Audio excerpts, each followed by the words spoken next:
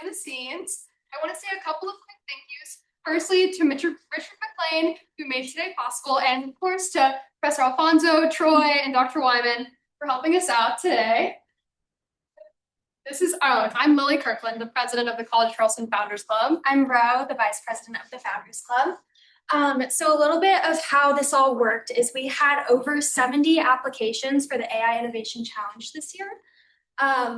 We narrowed that down to about 10 applications, and they went on to the semifinals. And then today we have 5 presenting for the finals. Then we had 2 from each Impact X class picked by Dr. Wyman and Troy. They're a little zoomed in here, but you can also see them in the pamphlet in front of you. Sorry about that. So here's a little bit about how today's going to work. Each team or individual is going to have 4 minutes each to pitch. At the 3-minute mark, they're going to hear the following noise. And they can look to Riley here with a little clock. At the end of their time, they're going to hear the same noise. After that, we're going to have Q&A from our wonderful judges. And then we're going to tally up the scores. Each judge is going to invest in the companies they choose. And then we're going to tally them up and announce the winners at the end of today. So we're going to give our judges a quick moment to introduce themselves. I'm Mark Raver from Iowa Capital. Hey, I'm Sarah Castle. I have my own business called Castle Coaching and Consulting. I'm Kenny Ridgel. My company name is Ridgel. Rob Stevenson, Thrive Technologies. Hey, Richard McLean with Frontier Growth. Mike Gelber, I'm the Chief Product Officer of Empiricus. Christy Mattia, Recovery Room Tavern, Hideout Lounge, Bangkok Lounge, Proof, and the Lucky Luchador here in Charleston. Bill Doolin, I have a company that does airport concessions, restaurants, things like that. Christine Osborne, entrepreneur in residence at the college. Hi, Shannon Barnes. I'm the founder of Fan Social. And I'm Mark Richards, graduate from the college, board chair of this advisory board, as well as the owner of a company called Polyclean. They are having problems with that.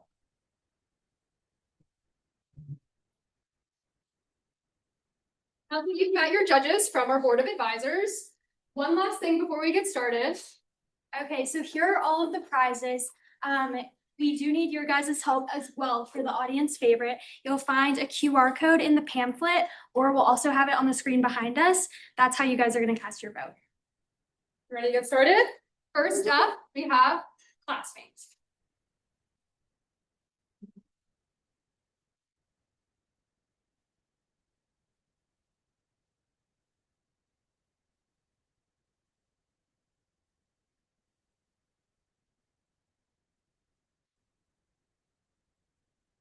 I was a very strong student in high school. I studied hard and I got the results I wanted. I figured that would carry over well in college, but that first semester hit me like a brick wall. Not because I wasn't trying or studying, but for the first time in my life, everything I needed to be successful academically felt so scattered. I began getting zeros on assignments I never knew existed, and that's when it hit me. The reason why the college dropout rate is so high is not because students are lazy, it's because the tools and the systems they are given to succeed are fundamentally broken. Deadlines are buried in syllabi, they're misleading on pulse, and OAKS is a struggle to use for most students. Study tools are expensive, they're outdated, they don't correlate to your actual course material or your class deadlines. An average college student uses anywhere from 5 to 8 tools every day to feel like they're academically ready. It's too much. Progress does not come from adding more tools to the equation, it comes from finding that one tool that does everything just right. This is why I built Classmate. Classmate is an AI-driven education tool that gives students everything they need to be successful as a student all in one place. By simply uploading your syllabi for all your classes, you get every deadline for your entire semester on a clean dashboard. You can then go inside of each course and upload course material, things like lecture slides, class notes, a picture of the whiteboard, and you will automatically get study plans and study tools that correlate with your class material and your actual deadlines. You're not just getting your deadlines done with Classmate, you're learning the material behind it. There's also automated reminders so you never miss an assignment. This is a quick demo of me uploading my economics syllabus. My MVP is live. You'll see it extracts key deadlines right there. And then later in the video, I go into my management course where I've already uploaded class material And Classmate AI has already made flashcards, a matching game, and in a second, it'll generate me a little mini quiz. I also built a little an LLM inside, so if you're ever in a crunch of time and you need to know when an exam is or something, you can ask it right here. So my MVP is already built. To get this on the App Store, I need to wrap it in a native iOS. I want to license this off to colleges, hopefully the College of Charleston within a year, and expand regionally and then nationally. The market for this is very large. There's over 20 million college students in the United States. AI in education grew 45% from 2023 to 2025. And the College of Charleston charges a $460 technology fee per student. That's over $5 million in an annual tech budget per year, and we're left with Pulse and Oaks. I would offer this free for all students at first. It would be ad supported. There would be restrictions. To get rid of those restrictions and ads, there would be a $4.99 premium. The real revenue driver here, though, and what I'm really passionate about, is licensing this to universities. As you just learned, the College of Charleston charges a $460 tech fee per student. I'm asking for less than 5% of that with my $20 per student. Classmate is not just an organization tool. It is not just something that will help you study. I'm looking to give students peace of mind. 94% of college students report feeling stressed or anxious every day. I look to reduce that stress while boosting your GPA and getting every freshman to that final endpoint of graduation. Because Classmate is not just helpful, it is essential. When a college student has a clear path ahead of them, their potential becomes a reality. Thank you. I'm Alex Leparati. This is to my website where it's.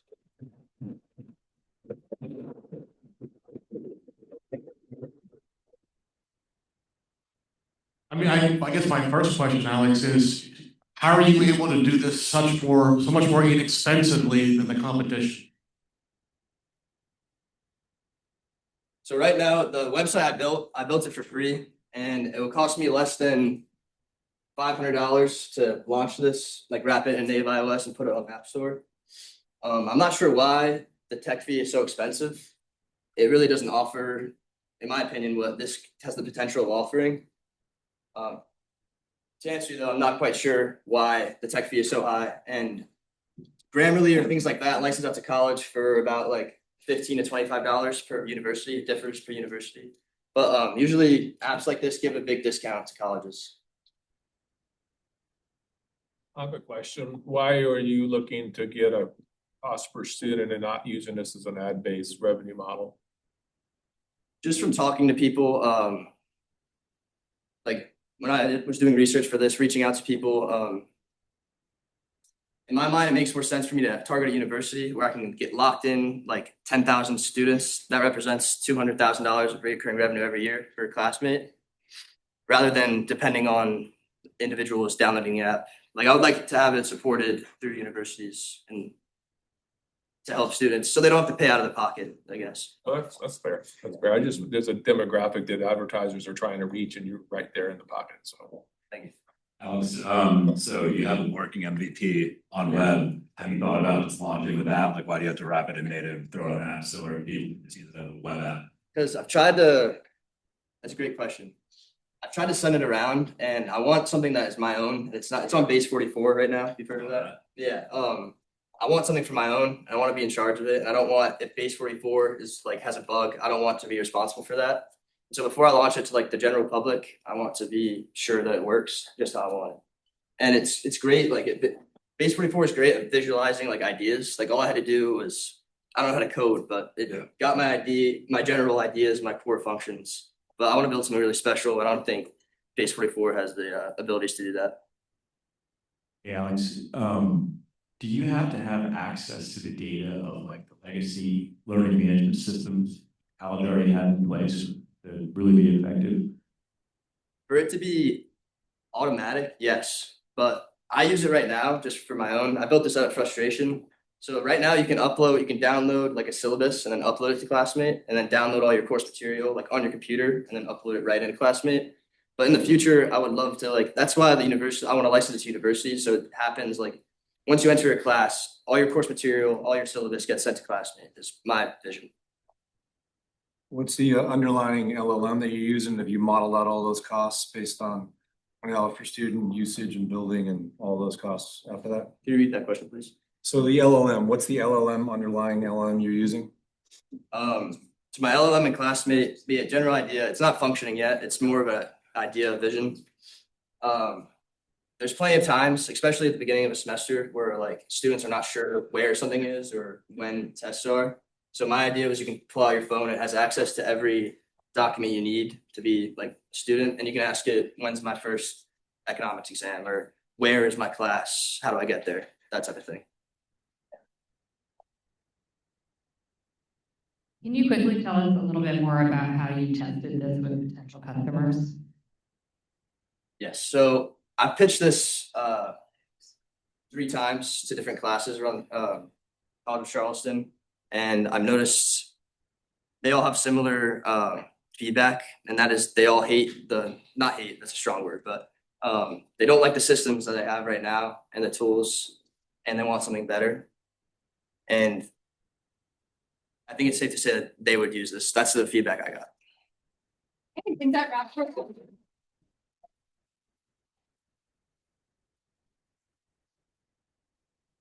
Next up, we have Cleanup AI.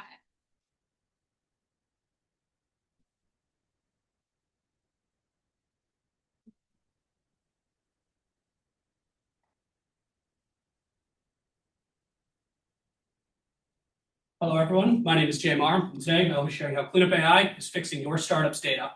Before we get started, we just want to introduce ourselves. My name is Harris Slidell. I have a background in sales, and I do extensive AI research. A little bit about me is I currently have about 2 years in startups, working in both business development as well as partnerships. So, being a part of a startup that raised a $24 million Series A, I came to realize that data management is a huge problem for startups. Take, for example, this spaghetti diagram here. All these softwares are essential for a startup success. However, these platforms don't send data back and forth effectively. This leads to lots of inconsistent formats, a lack of trust in your numbers, and overall just lots of time wasted doing manual data wrangling that could be allocated to actually generating revenue. So, how do we fix this? I give you Cleanup AI, your all-in-one fully agentic data hub. The true solution of Cleanup AI is automating this grueling task that is data wrangling. In our demo, we will showcase how our agentic agents generate insights that dramatically enhance data acquisition time and decision-making. These agents then feed directly into our chatbot, allowing your team an interface to ask questions.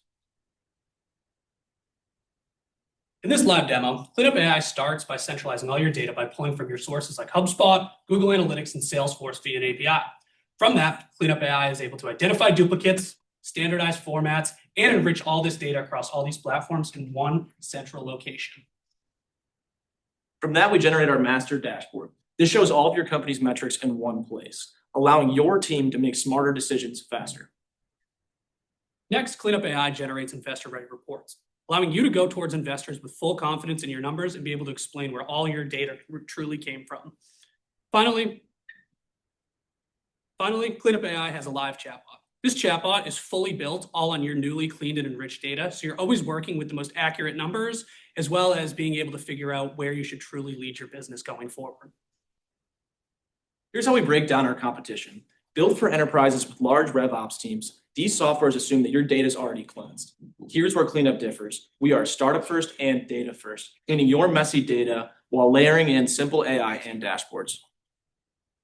So for our total addressable market, we see it to be B2B tech startups that are based in the US. After doing some research, we found out that there's a total of 123 of these companies in the US alone, and that number just continues to grow every single day. After doing a quick revenue analysis based on our pricing model, we found out that the total market value here is potentially $250 million, and that is just looking at US-based tech startups, not even looking outside the US or in different industries. So how are we going to get customers to do this? Start off by doing LinkedIn outbound, first reaching out to our first-degree connections, then using specialized software to reach out to second and third-degree connections. We'll then launch a free 2-week pilot program to increase adoption from our ICP and show value. Finally, we will launch product interviews to figure out what people liked about Cleanup, what they didn't like about Cleanup, what features they'd like to see added, and overall just prove that there is a product market fit here. Our pricing model is simple. We use a subscription-based SaaS solution. With unlimited users, pricing scales by usage, not by seats. That means you choose how many go-to-market records we clean each month. During busy periods, token packs can be purchased to increase workflow without having to change your plan. For our next steps, we start by releasing our limited pilot program to potential customers. Then, using information from that pilot program, we'll refine our pricing model. Finally, with a strong pilot, clear ROIs, and a validated pricing strategy, we'll prepare for a seed raise. We thank you all very much for your time, and most importantly, your attention. Take any questions now.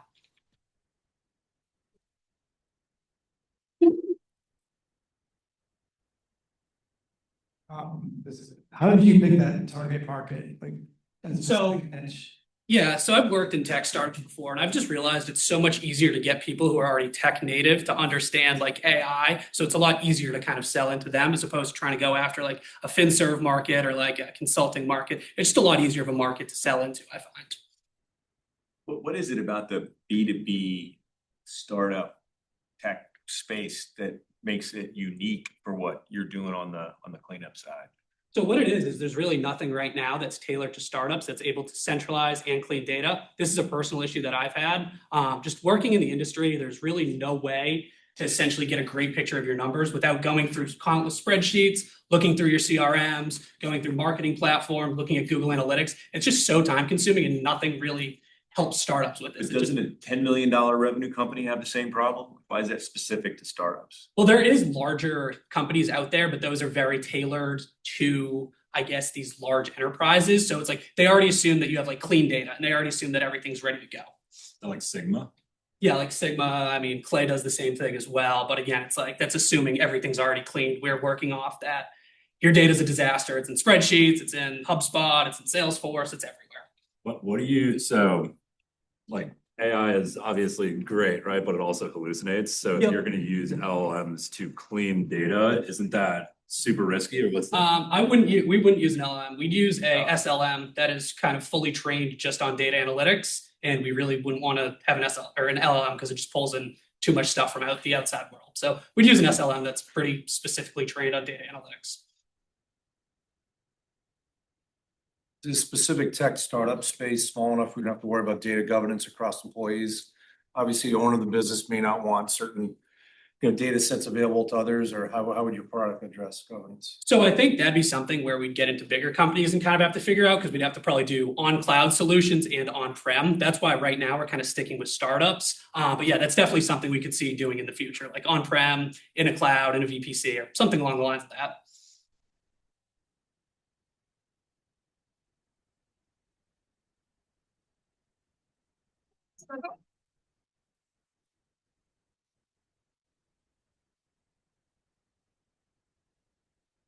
We have Neuris Vision.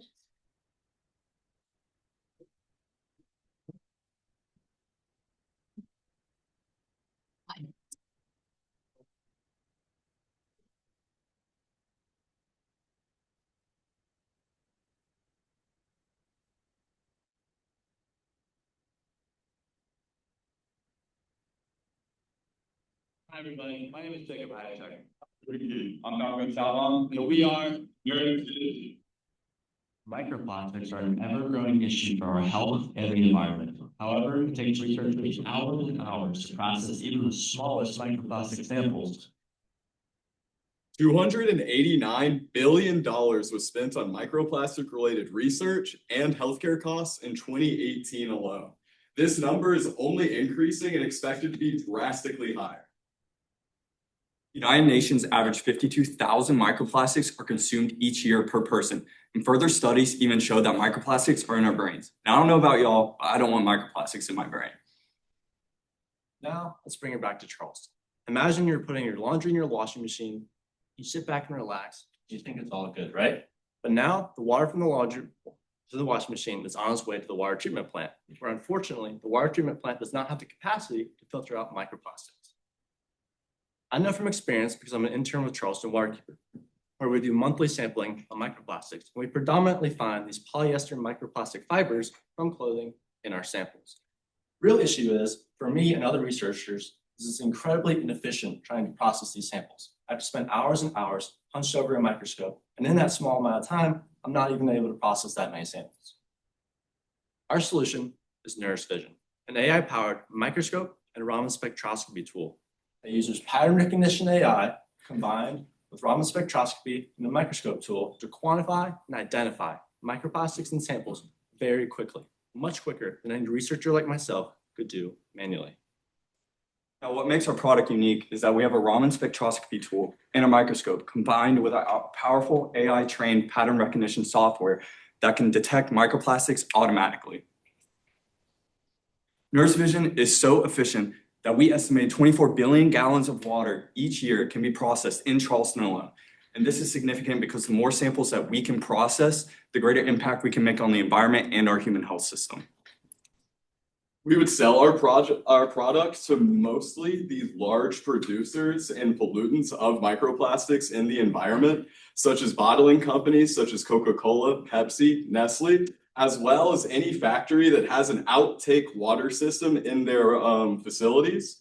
In addition, we'd reach out to utility companies, water systems, and research institutions doing work in this field.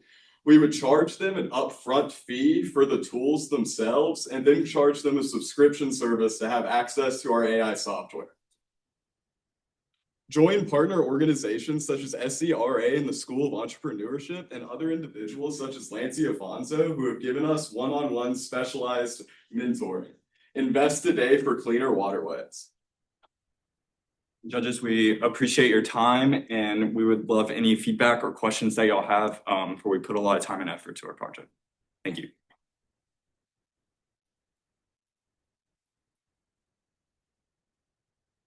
Hi.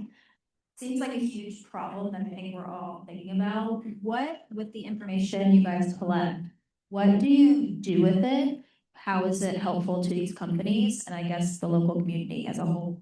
Is there a revenue model based on that beyond selling the equipment? Yes, I mean, generally speaking, I think the baseline should be 0 microplastics in our water. And what I find from my sampling with water keepers, there's tons of it out there. And a lot of what I mentioned that we find is those polyester fibers. And I think that's huge for the water utility companies because they don't have the ability right now to filter out those microplastics, especially specifically here in Charleston. So being able to monitor those microplastic levels and knowing just how much plastic is getting through their filters and out into our water systems, into our waterways where people fish, swim, and enjoy recreation with their family. I think that's a huge value to the water utility companies, but also companies that have outfall that are contributing to these microplastics being in the water and things like that, or any research institution that is looking to do more research on this. For the microscope, you guys, are y'all working with an existing microscope or are y'all trying to start something with a blank sheet of paper? So we're currently like Raman spectroscopy and the microscope are separate. That's also part of the long process time. But I currently work at MUSC that works with confocal imagery with lasers and to take images with lasers. And so we know it can be done where you can combine everything. So yeah, and that's what we're trying to put forward. Follow-up question to that then, what's your budget for actually developing the microscope? Have y'all even gotten that far? So I mean, in general, microscope technology is very expensive, but that's kind of the standard across the industry. So we wouldn't be unique in that sense and having high startup costs. I guess we haven't looked at very specific numbers in terms of making this product now. Yeah. I would say it might sound sad, but do these companies, are they making an effort to make sure that water going out is clean that you're trying to sell to? Is there a pressure from like the federal government? Or are you just hoping to sell this because we all want to live in a place with clean water? There is regulation surrounding the amount of microplastics that are going out, as well as many lobbying groups pressing for further regulations as well down the pipeline. But the main issue is that a lot of filters just don't catch them and they're not really analyzing the outtake water that's coming out to know if they're violating the existing requirements. To add on to that, the rise of microplastics is really concerning, and I think everyone is seeing that, and we are hoping that the government sees that more and more to where it will push more bills to prevent microplastics. Okay, great job.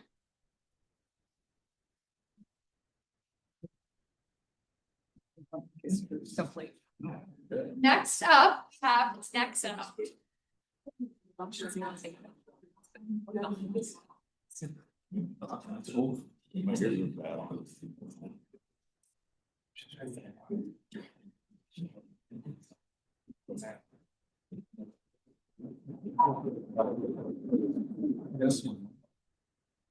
You know, 1 in 5 people know someone that has been drugged or had their drink tampered with. I'm someone that has. So am I. And I am too. A couple months ago, I was at the bar with my sister and her friends. 20 minutes, 1 or 2 drinks, nothing at all, right? You would think so.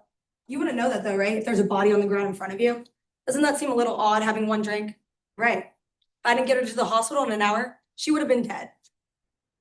Why? Fentanyl. I'm Raquel Cross, and this is Nexo. Grace, can you tell me a little more about it? I would love to. Hi, everyone. I'm Grace, and this is our product, Nexo. So, Nexo is an AI-powered portable device that can test substances such as liquids and powders for unwanted drugs like date rape drugs and fentanyl. So let me show you how it works. So the way that it works is we have a drink here. Pretend it's alcohol. It's not, I promise. No drugs or alcohol in this. And you're going to push this lever up here to release your test strip. You're then going to put the test strip into the drink for 2 to 5 seconds. Okay, take it out, put it back in, and AI software is then going to test that drink for your unwanted substances. Within 15 to 30 seconds, a red or green light should pop up and notify you if your drink is safe to consume or not. It also is going to send a ping over to your smartphone where you will have a Nexo app. And the app will then give you further detail about what you're consuming. If there is something unwanted in your substance, it'll tell you what it is, more about it, and how it could harm your body. Something else that's really cool about the app is if your drink or your substance were to be drugged, it can or will notify your friends and family. So with that, we are pricing our product at $200, and we will have Nexo test strips that are specific for this product, because the really cool thing about them is they last for 24 hours. So you're going out, you're going to the bar, you're going to a restaurant, you bring your Nexo with you, you put a test strip in, and you're good. You can test your drinks, you can do what you need to, and make sure that you're staying safe while you're doing it. Then we also, like I said, have the app that is going to have other technological stuff about the Nexo and just about staying safe and making sure that you have a good night and nothing bad happens to you or your friends. So with that, all 3 of these products are small and can fit into your purse or your pocket, keeping it very discreet so that you can stay safe on that night out. That then correlates directly with our target market that my friend Brooke is going to tell you a little bit more about. Hi everyone, our product Nexo's target market is going to be people from the ages of 18 to 35.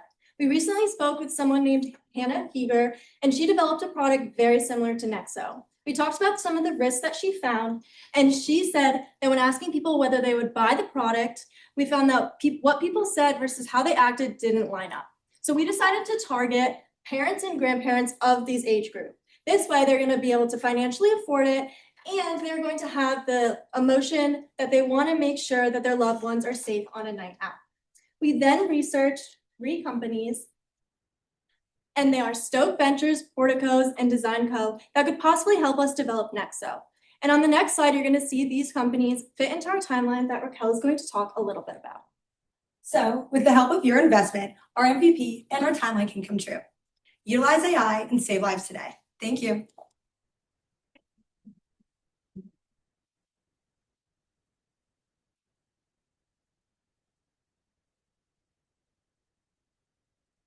Thank you.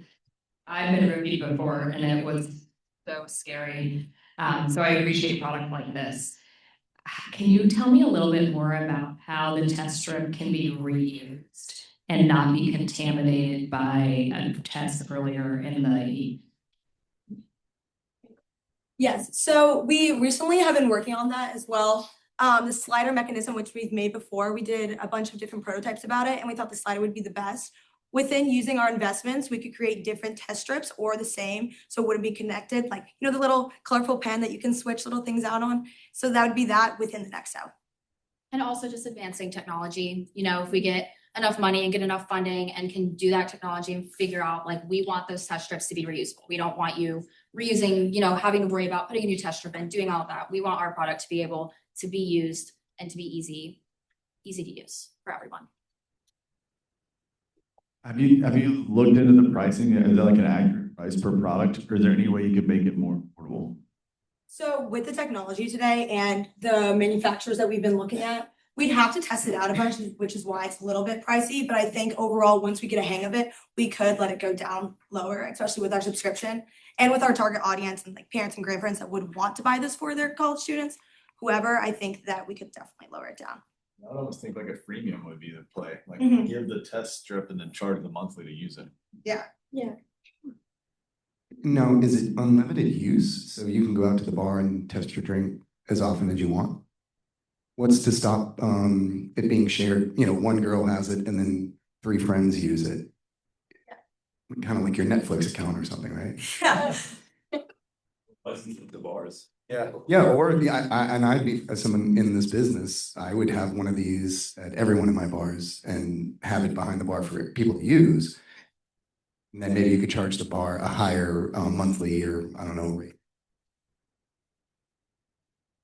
I think it's more of just like everyone has a different plan and everyone kind of gets split up either with their friends or has different like routine when they go out. They're not always with the same group of people.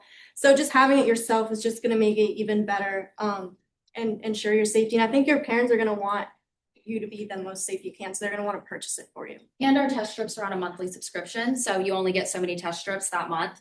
And then they're resent every month. That's why it's $25 a month for the test strips. So we're still. I do think later on though, we could work with bars. I think that is a really great idea as well. And then once we advance in that, we could do it at bars and work with you guys in colleges as well. Do you get the results from the strip or from the app? I was a little confused. Both.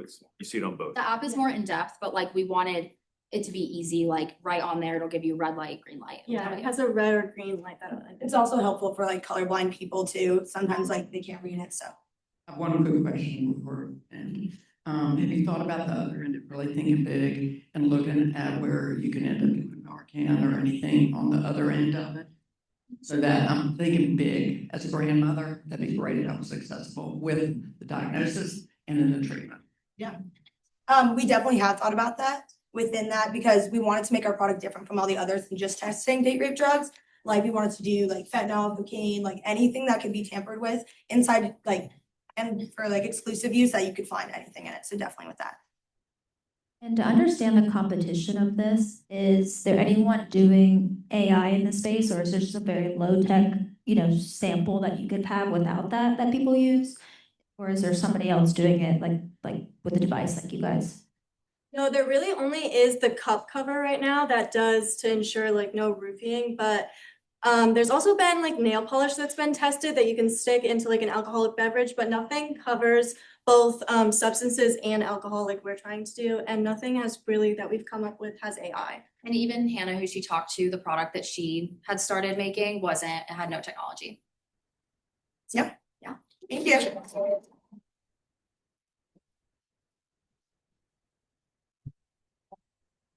Okay, next up, we have. Thank you.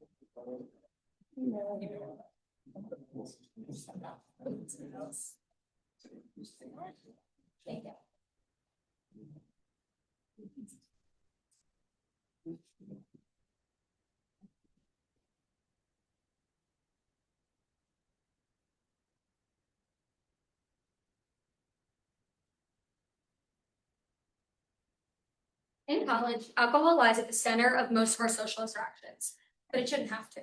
A study in 2024 showed that 1 in 4 Americans chose not to drink last year. So how do we take the alcohol out of the party, but still keep the ritual of drinking and going out? Introducing Nolo. I'm Kate. I'm Sarah. And I'm Holly. Nolo is a canned wellness beverage crafted for the sober and sober curious. It allows you to enjoy the ritual of making and enjoying a drink without the negative impacts of alcohol. It's indulgence without a compromise. Nolo prides ourselves on using clean, simple, natural ingredients. Judges, if you look at the handout, you'll notice that our blueberry mule specifically uses natural fruits such as blueberry and ginger. to target and promote heart and brain function. To implement AI into our product, we've already used it to create our logo and branding and our can mock-up, which you'll see up at the front. We plan to continue to implement AI in optimizing our shipping and inventory management to lower production costs. The non-alcoholic beverage market is exploding. 40% of US adults report that they drink less than they did 5 years ago.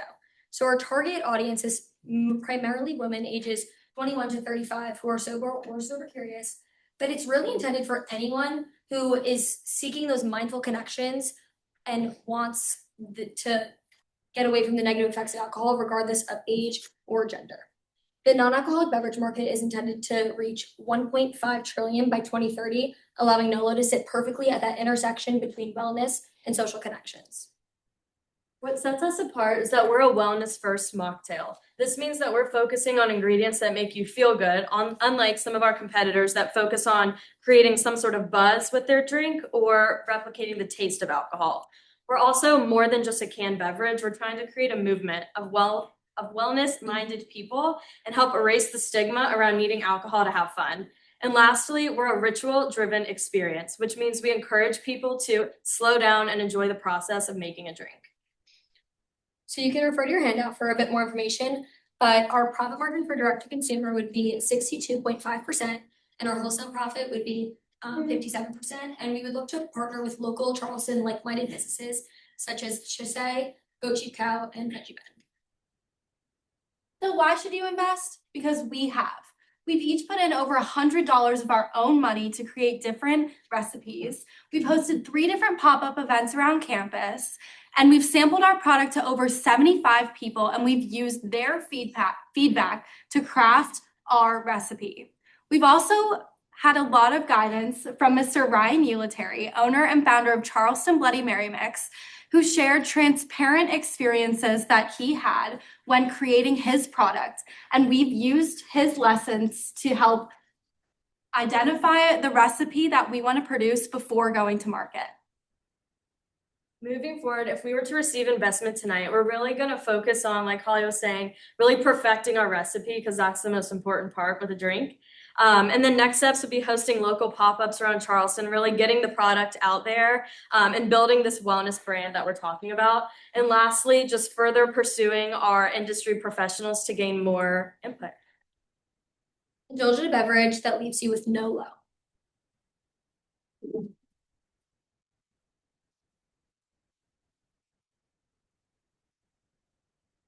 Do you plan on having other flavors? You said you tested out. Do you have others in mind? Yeah, so I think as a part of our next steps, we would look into, introducing more flavor profiles or even making a carbonated drink. I know in our minds, we've kind of, throughout the process, bounced back between a bunch of different ideas, but it originally had started as a bottle that you would put on your bar cart and, you'd be able to still have that experience of having something nice on your bar cart. But after talking to Sachet, we realized that it does get a little bit hard with spoilage and, if it's not refrigerated, since it's not alcoholic, how can you really open and close it? But I think later down the line, our goal would be to really expand into glass bottles and, there's different non-alcoholic wines that are in beautiful bottles to bring as hosting gifts. So expanding the flavor branding.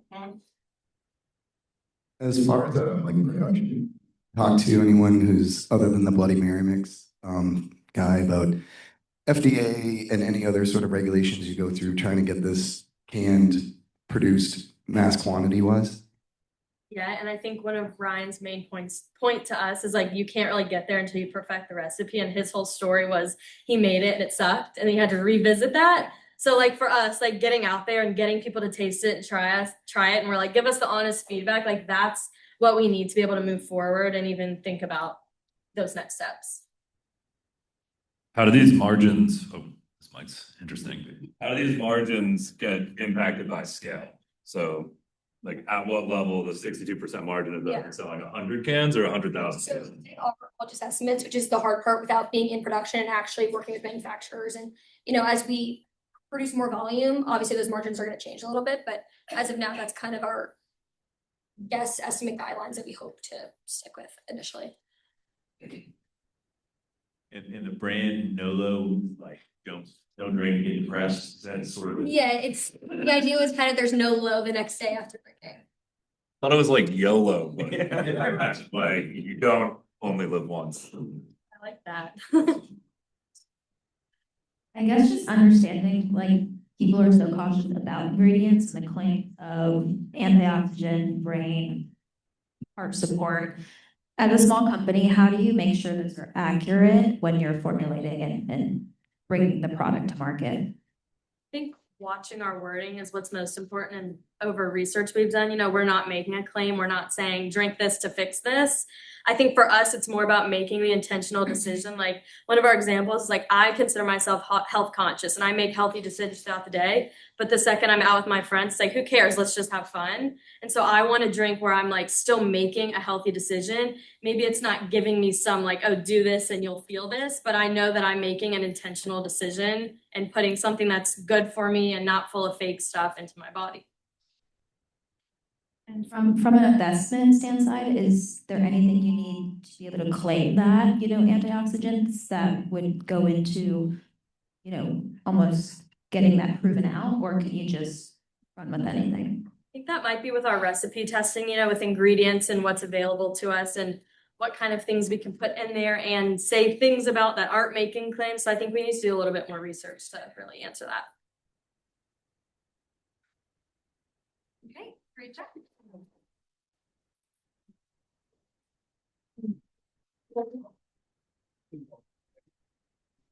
Next up, we have Podium.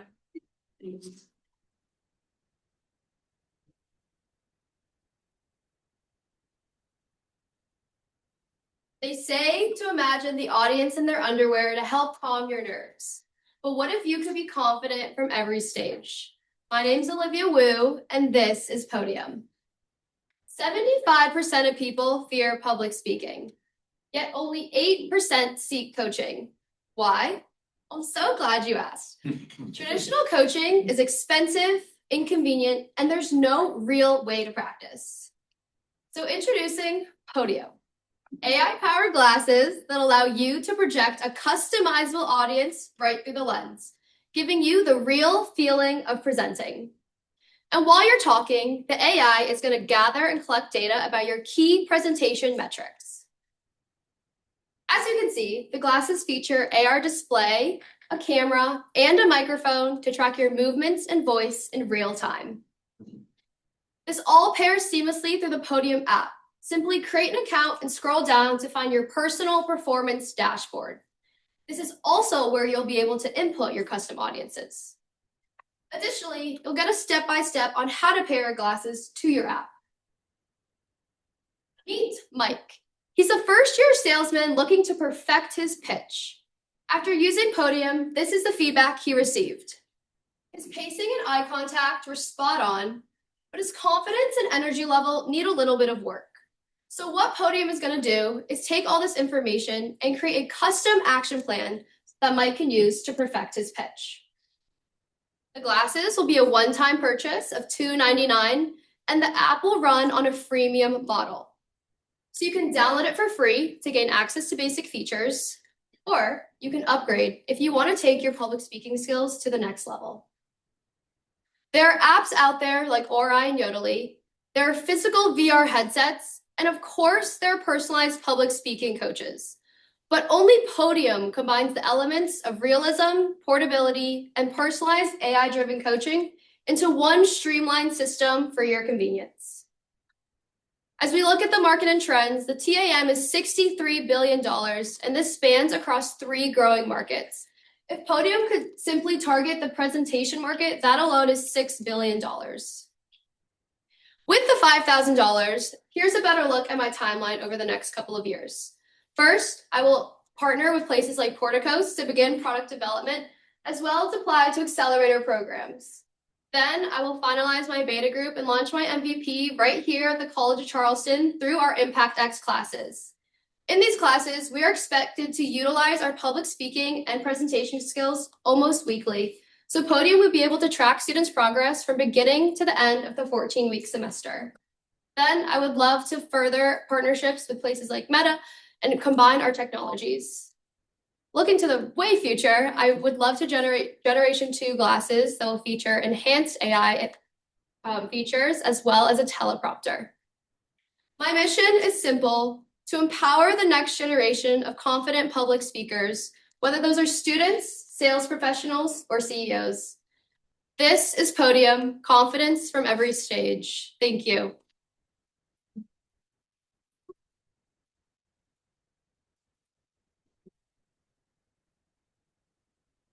A question, how'd you land on actually creating and selling the hardware portion yourself? So like building your own glasses instead of just third-party application on top of the Meta glasses or like Apple Vision Pro and doing strictly software?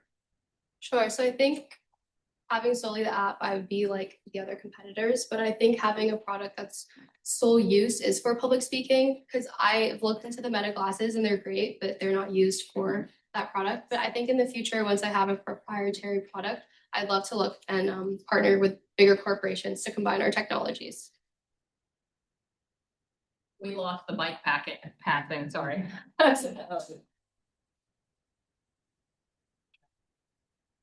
can hear you. It's okay. I'll just be loud. Have you done any research on the cost of creating the device and what that takes to build a pair of glasses or any hardware device in general? It's definitely expensive. I think I would get a better number when partnering with places like Portico's, but I'm estimating at least $100,000.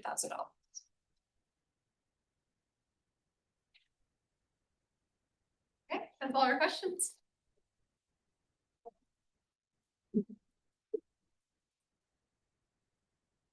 Okay, last up, we have Project Hab.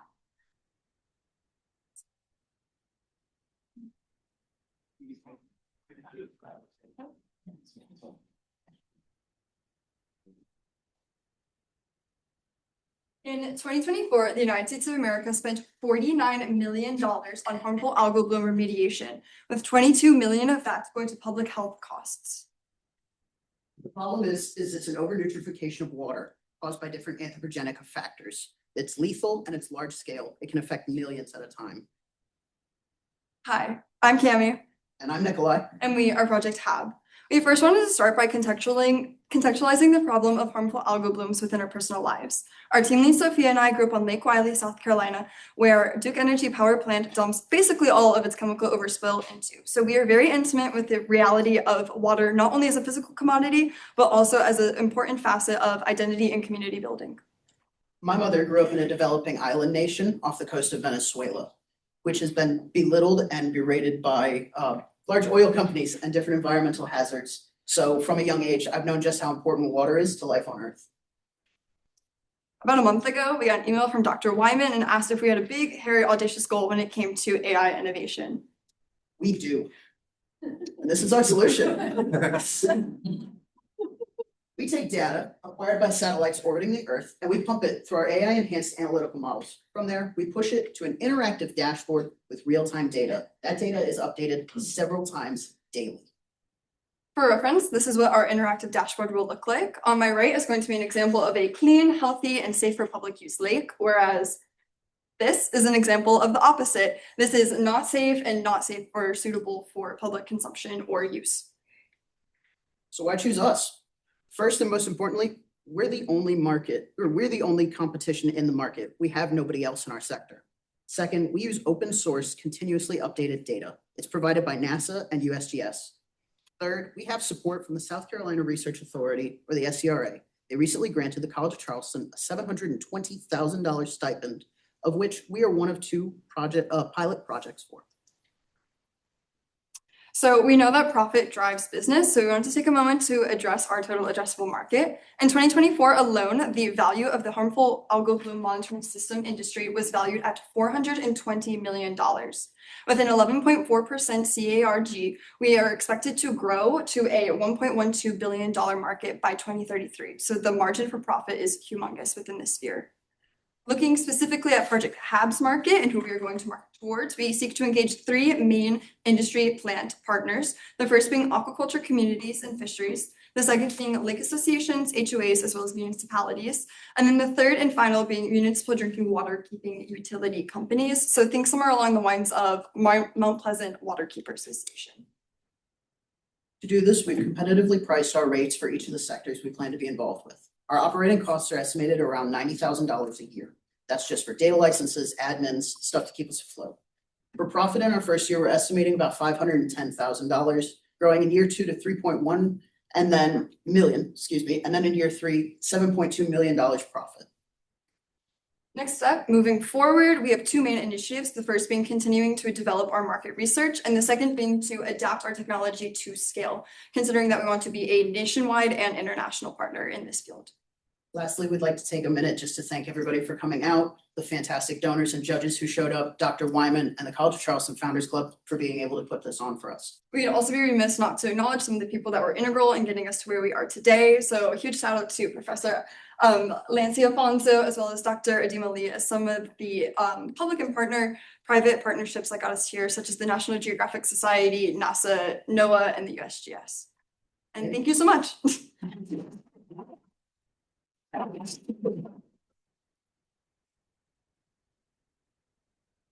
might have missed this part, your guys' revenue model on this, obviously getting images, and then what is the revenue model after that? So it's going to be a subscription-based platform. Since we are a SaaS, we don't have a physical product to give to anyone aside from our interactive dashboard. So we plan on charging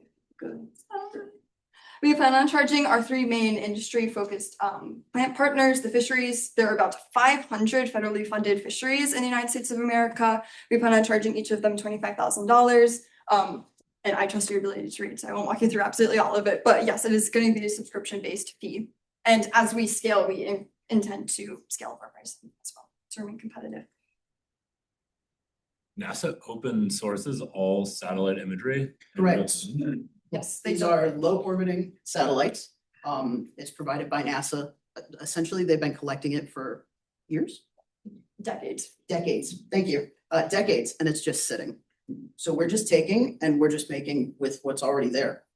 How do they detect algal blooms today? The easiest way that we explain it is think about a glass of water. How do you know it's carbonated or not? We're teaching a model to look for the certain things as to why the seawater is clear or not. So sorry, no, I didn't mean to please. interrupt, but specifically we're looking at chlorophyll A concentrations. Chlorophyll A is what drives these harmful algal blooms to one, start and then two, grow to the size that they do in the scale. I guess, like, is there a solution that detects them today, or there's not? It's like it happens and then someone walks out to the lake, sees it. Yes, so that's the That's issue. it. Yes, Okay. yes, that's the big problem is that there's some in situ modeling, but it's labor intensive. It sends groups of people out to the lake to do it because you have to scoop the water. And satellite imaging does exist, but no one, again, is doing anything with any of the data. They're not applying any AI applications to it. So it's just super labor intensive. And with it being labor intensive, it's very expensive. So we are seeking to reduce the cost of that process and coupling it with some other existing in situ modeling detection. And piggyback off that, there's stick test and jar test, which are commonly tests for blue-green algae. Those only detect if the blue-green algae is there, not if it's coming. You guys successfully detected anything with the? We have not yet implemented it. We're still in the very early stages of development, but absolutely. It's sort of the idea to look at like delta management. If there are changes back and forth, that's what they're looking for, then they can send people out to do more of that. So if there's any spikes in chlorophyll A or any other indicators, which we won't get straight into the biology, but there's a ton of indicators chemically that you can't see with your eyes. So it makes predictive models based on the variations and fluctuations in those models, aside from normal standard mean levels of a given area. Can you repeat for us what the customers do with this data? Yes. Like what actions do they take and what impact is there afterwards? Yep, so aquaculture and fisheries, a harmful algal bloom can completely wipe out an entire fishery. And now that there's only 500 federally funded ones with these predictive models, we could get them to harvest earlier or even move the fish, saving these fisheries from total collapse. Lake associations, HOAs, in that region, it's more of like if you were to have a lake house or your recreational sports like boating, fishing, scuba diving, things like that, that's affected. to where they could close the lake and save people from, you know, those public health costs. Okay, good job. Can we give one last round of applause for everyone who participated?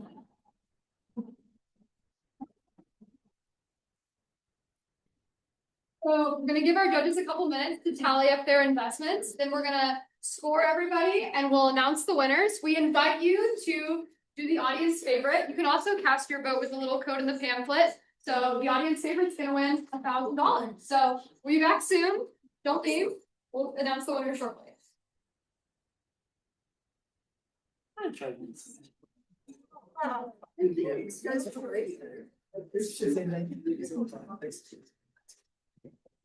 I'm sorry, I don't want to say, I don't even do my computer, so I'm sorry.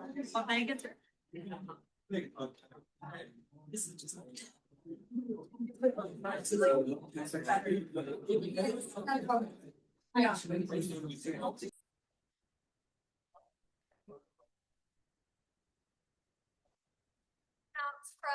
audience favorite, third, second, then first. And as we announce, come up here because we want to take. Okay, so the winner of audience favorite was Nolo. Okay,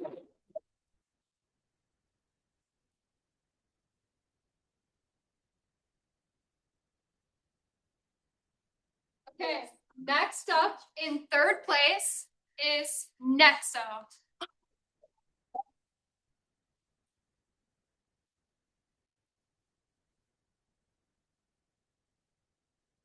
Good job, y'all. Okay, second place, classmate.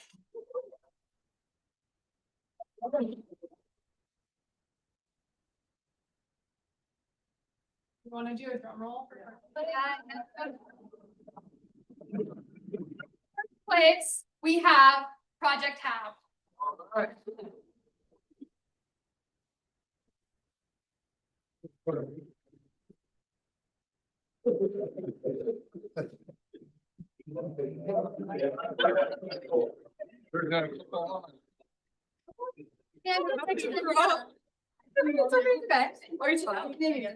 All right, you guys ready for the photo?